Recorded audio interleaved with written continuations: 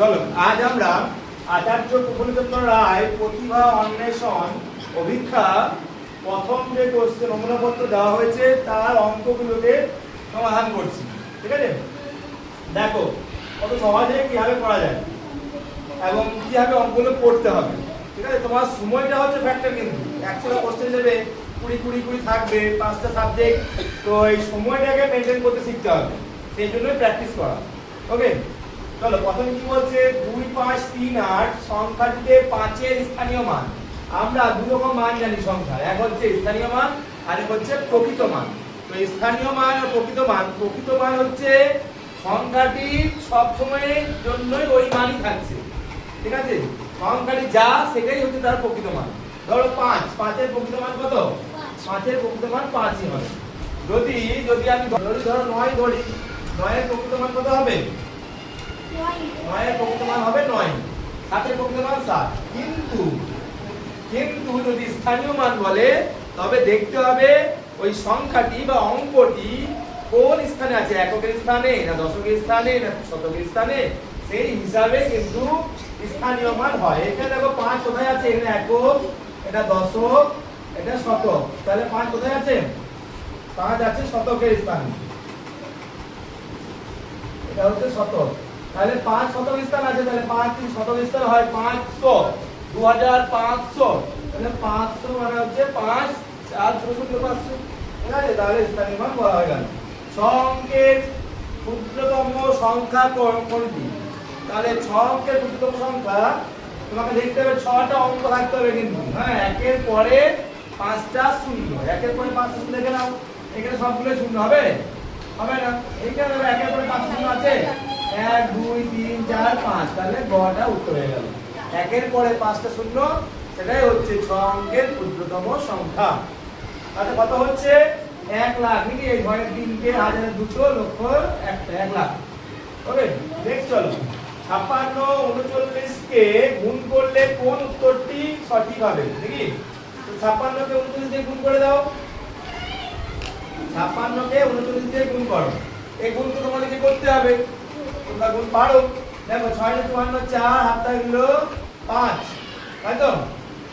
আর হচ্ছে 9 5 45 আর 5 50, গুণ হলে করবে। ওকে, নেক্সট দেখো 3 এর দিয়ে 318, 18 আর 8, হাতে গেল 1, 3 5 15 1 16। তাহলে কত হচ্ছে? এখানে যোগ করব এবার, 4 নামলো, 8 হলো, 6 আর 5 11 1 21 84, 2184। তাহলে খ উত্তর হয়ে গেল 2184। নেক্সট চলো, গুণ্য গুণক পরপর স্থান বদলালে গুণফল কি হয়? তাহলে গুণ্য গুণক কাকে বলে সেটা আমরা দেখি। গুণ্য হচ্ছে, ধরো আমি 5 কে 7 দিয়ে গুণ করছি, তাহলে 5 কে 7 দিয়ে গুণ করছি, তাহলে 5 হচ্ছে গুণ্য, ঠিক আছে, আর 7 হচ্ছে গুণক। আর আমরা যেটা পাবো সেটা কি? এটা হচ্ছে গুণফল। তাহলে 5 7 তে 35। এবারে বলছে চেঞ্জ করে দাও। দেখো 7 কে উপরে লিখলাম, গুণ্য করে দিলাম, একে গুণক করে দিলাম, তাহলে 5 7 তে 35 পাচ্ছি। তাহলে কি চেঞ্জ হচ্ছে? গুণফলে কোনো চেঞ্জ হবে না, তার মানে হচ্ছে একই থাকে। উত্তর ক। 5 নম্বর দেখো বলছে 11 কোটি 70,56,222 সংখ্যাটি কিভাবে লিখতে পারি? 11 কোটি প্রথমত আমরা যখন এগুলো করি তো আমরা ভাগ মানে সংখ্যাগুলো ভাঙি। কিভাবে ভাঙি? প্রথমে 6 এর 3কে, 100 এর জন্য 3কে, তারপর হচ্ছে 1000 এর জন্য 2 ঘর, তারপর হচ্ছে লক্ষের জন্য 2 ঘর, তারপর কোটির জন্য। দেখো 11 কোটি হয়েছে, হ্যাঁ হয়েছে। 70 লক্ষ আছে, এখানে 70 লক্ষ নেই, তাহলে এটা হবে না। এখানে দেখো 6 এর 3কে, 1000 এর 2, লক্ষ 2, কোটির 2। ওকে, 11 কোটি 70 লক্ষ 56,000, ওকে 222 হয়ে গেছে। তাহলে উত্তর খ হয়ে গেল। নেক্সট হলো, নিম্নলিখিত কোন সংখ্যাটিতে 59,700 এর থেকে 1000 বেশি লেখা আছে? 6 নম্বর কি বলছে দেখো, বলছে যে 59,700, ঠিক আছে, 700 এর থেকে 1000 বেশি লেখা আছে কোন সংখ্যায়? তাহলে 59,700 যদি হয়, 700 যদি হয়, 1000 যোগ করব, তাহলে 59 টা কি হবে? 60,000 হয়ে যাবে। 60,700, তাহলে 60,700 হয় হচ্ছে উত্তর। হয়ে গেল। চলো এবার কি বলছে, 4 7 5 9 গঠিত বড় সংখ্যা।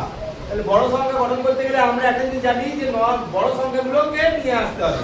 প্রথমে 9 আসবে, তার 9 দিয়ে শুরু আছে কে? এটা বাদ চলে গেল। 9 দিয়ে এটা শুরু আছে, তারপর কি আসবে? 7 আসবে, এটাও বাদ চলে গেল। এটা হয়ে গেল 5 আর 4, তাহলে গ হয়ে গেল 9 7 5 4।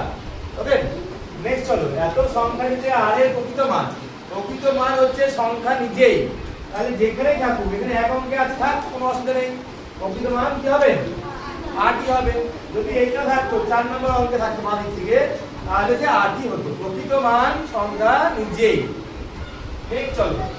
5000 8000 50,000 8000 600 10 4, এদের যোগফলকে কি হবে? তাহলে 50,000 আর 8000 মিলে কত হবে? 58,000। কোথাও আছে 58,000? দেখো এটাতে নাই, এটাতেও নাই, এটাতে আছে 58,614। 614 গ উত্তর হয়ে গেল। ওকে, নেক্সট চলো। 1000 সেন্টিমিটারে হয়। 1000 সেন্টিমিটার হয়, তোমাকে উল্টে দিয়েছে। ঠিক আছে, আমরা জানি 1 মিটারে কত সেন্টিমিটার? 1 মিটারে 100 সেন্টিমিটার। 1 মিটার আমরা জানি কি 1 মিটার সমান 100 সেন্টিমিটার। সেমি। ওকে, 100 সেন্টিমিটার। এইবার যদি আমি 1 মিটারকে 10 মিটার করে দিই, 10 দিয়ে গুণ করে দিই, এটাও 10 দিয়ে গুণ করা হবে। তাহলে 10 মিটার সমান কি হচ্ছে? দেখো 1000 সেন্টিমিটার হচ্ছে, তাই না? তাহলে 1000 সেন্টিমিটার সমান কি বলেছে? 10 মিটার হয়ে গেল। তাহলে উত্তরটা তুমি করলে হয়ে সহজ। কোন সংখ্যাটি 3 এর গুণিতক নয়? 3 এর গুণিতক নয় মানে যে সংখ্যা দেওয়া আছে সেইগুলো 3 দিয়ে ভাগ করা যাবে না, এমন সংখ্যা বাই করতে হবে। দেখি, দেখো 15 3 দিয়ে ভাগ করা যায়, তাহলে এটা হবে না। 27 যায়, 3 দিয়ে 27 হবে না। এটা যাবে কি না বুঝবো। এই অঙ্কগুলো যোগ করব। 7 থেকে 8 থেকে 9, 9 যোগফল দিয়ে হয়, 3 দিয়ে ভাগ করা যায়। অতএব এই সংখ্যাটাও 3 দিয়ে ভাগ করা যাবে। এগুলো কোনটাই উত্তর হবে না। তাহলে পড়ে রইল কে? পড়ে রইল 161। ঘ উত্তর হবে এখানে। ওকে, তাহলে 161 কে 3 দিয়ে ভাগ করো, হবে না। ঠিক আছে, এটা তোমার কাজ। চলো, দুধ মাপার একক কি হলো? দুধ মাপার একক লিটার হলে হতে পারতো, লিটার এখানে নেই। মিলিলিটার মানে খুবই অল্প পরিমাণ, তুমি মাপতে পারবে না। এখানে আমরা কেজিতে করব। হ্যাঁ, কেজি। এখন যে প্যাকেটিং টেস্টগুলো কেজি হিসাবে আসছে, গ্রাম বা কেজি হিসাবে আসছে। তো গ্রাম নেই, কেজি নিতে হবে। 12 এর গুণিতকের তালিকায় নিচে কোন সংখ্যাটি থাকবে না? গুণিতক গুণনীয়কের তালিকা। গুণনীয়ক মানে কি? গুণনীয়ক মানে হচ্ছে যে সংখ্যা দ্বারা ভাগ করা যাবে সেই সংখ্যাগুলি হচ্ছে গুণনীয়ক। তাহলে এখানে 12 এর গুণনীয়ক 1 6 12 সব 3টে, 24 শুধু 9। তাহলে এখানে 9 বলেছে, থাকবে না। গুণনীয়কের তালিকায় থাকবে না, তাহলে 24 থাকবে না। বুঝা গেছে? নেক্সট চলো। ইরাটোস্থিনিসের চালনী কি খোঁজার জন্য ব্যবহার করা হয়? এটা খুব ইম্পর্টেন্ট কোশ্চেন। ইরাটোস্থিনিসের চালনী মৌলিক সংখ্যা খোঁজার জন্য ব্যবহার করা হয়। মুখস্থ রাখবে কিন্তু, এটা পড়ে। তারপর বিয়োগ দিয়েছে, একটা ভগ্নাংশের বিয়োগ কিছুই নেই। দেখো এখানে লব আর হর গুলো কিন্তু একই আছে। তাহলে হর একই আছে মানে আমার কোনো সমস্যাই নেই। 9টা 9 নেমে যাবে। এইবার 5 আর 3, 5 থেকে 3 বিয়োগ করে করা হয় 2। তাহলে 2 এর 9 কোথায় আছে? উত্তরটা হয়ে গেল 2 এর 9। নেক্সট চলো, 16 নম্বর প্রশ্ন। 8888 কে 8 দিয়ে ভাগফল কি হবে? ভাগফল। তাহলে ভাগ করে দেখো কত হচ্ছে। সহজ কোশ্চেন। 8888 8 দিয়ে ভাগ করা যাবে, 1 1 1 1 পাবে। দেখবে 8 গেল, এটা 1 নামবে, এটাও যাবে, আবার 9 শুনে 1 দিয়ে যাবে, আবার 8 নামছে 1 দিয়ে যাবে। ঠিক আছে, এটা পাবে 4টা 1 পাবে, 4টা 1 ঘ। নেক্সট হচ্ছে কোশ্চেন, সবচেয়ে ছোট সংখ্যা কোনটি? তো এখানে দশমিক দিয়েছে। তো দশমিকের একটা আইডিয়া রাখতে হয় যে দশমিক যত মানে কোন এই দশমিক সংখ্যাটার যতগুলো পেছন থাকে, ধরো এটা 4টা পেছনে আছে, 1 2 3 4, যত ঘরের পেছনে থাকবে সেই সংখ্যাটাই কম সংখ্যা বা তার ভ্যালু কম বা মূল্য বা যেটা কম। তো এখানে দেখো এখানে 3টে আগে আছে দশমিকটা, তাহলে এটা থেকে এটা বড়। এটা দেখো দুটো আগে আছে, তাহলে এটা আরো বড়। এটা দেখো 3টে আগে আছে, তাহলে এটাও বড়।